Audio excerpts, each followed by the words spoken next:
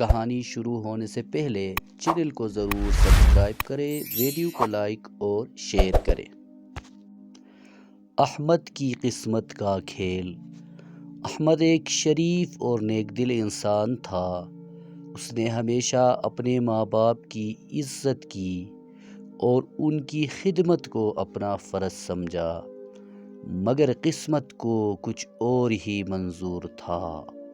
اس کی قسمت میں کچھ اور ہی لکھی تھی۔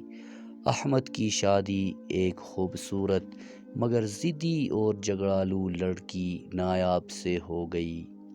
شادی کے شروع میں سب کچھ ٹھیک ٹھاک تھا، لیکن آہستہ آہستہ نایاب کی اصلیت سامنے آنے لگی۔ وہ چھوٹی چھوٹی باتوں پر احمد کے والدین سے الجھنے لگی، ان پر طنز کرتی اور آئے دن کسی نہ کسی بات پر لڑائی ڈال دیتی۔ احمد نے کئی بار سمجھانے کی کوشش کی، مگر نایاب کی ضد کے آگے اس کی ایک نہ چلی۔ وہ بے بس ہو کر رہ گیا۔ رفتہ رفتہ نایاب نے احمد کے کان بھرنے شروع کر دیے کہ وہ اپنے ماں باپ کے بغیر خوش نہیں رہ سکتی۔ آپ کے والدین کے ساتھ وہ رہنا نہیں چاہتی۔ وہ چاہتی تھی کہ وہ دونوں کسی اور جگہ چلے جائیں تاکہ وہ احمد کے ساتھ اپنی مرضی کی زندگی گزار سکے۔ آخر کار روز روز کے جھگڑوں سے تنگ آ کر احمد نے اپنے والدین کو الگ گھر لے دیا۔ احمد کے والدین اس گھر میں رہنے لگیں۔ احمد کے والدین جو ساری زندگی اپنے بیٹے کی خوشیوں کے لیے جیتے رہے تھے، آج در در کی ٹھوکریں کھانے پر مجبور ہو گئے۔ احمد کے دل میں بے چینی ضرور تھی، مگر وہ نایاب کے غصے اور گھر کے سکون کی خاطر خاموش رہا اور خاموش رہنے کو ترجیح دی۔ لیکن ہمیشہ احمد کا دل بے چین تھا۔ وقت کا پہیہ گھوما۔ اب باری احمد اور اس کی بیوی کی آ گئی۔ چند سال بعد احمد کا بیٹا حسن جوان ہوا اور اس کی شادی ہو گئی۔ حسن کی بیوی سارہ بظاہر بہت نیک اور خوش اخلاق لگتی تھی، مگر شادی کے بعد اس نے بھی وہی رویہ اپنایا جو کبھی احمد کی بیوی نے اس کے والدین کے ساتھ کیا تھا۔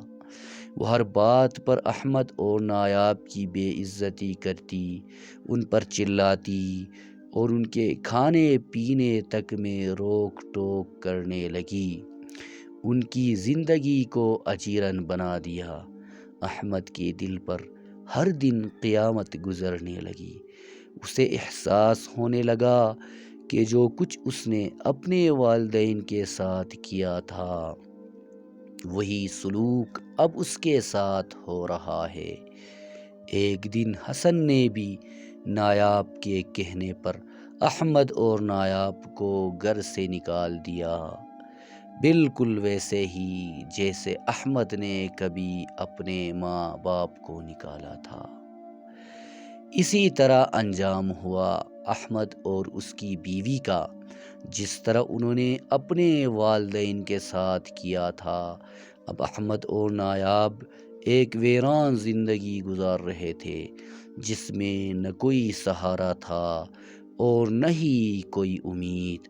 احمد کو اپنی غلطیوں کا احساس ہو چکا تھا، مگر وقت ہاتھ سے نکل چکا تھا۔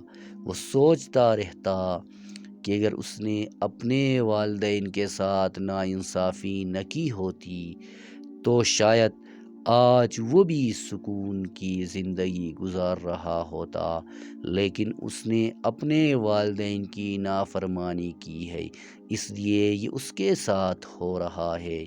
یہ کہانی اس حقیقت کی عکاسی کرتی ہے کہ جیسا کرو گے ویسا بھرو گے۔ والدین کے ساتھ کیا گیا سلوک کبھی رائیگان نہیں جاتا، جو بویا جاتا ہے وہی کاٹا جاتا ہے۔ جس طرح آپ اپنے والدین کے ساتھ سلوک کریں گے، وہی سلوک آپ کے ساتھ بھی ہو جائے گا۔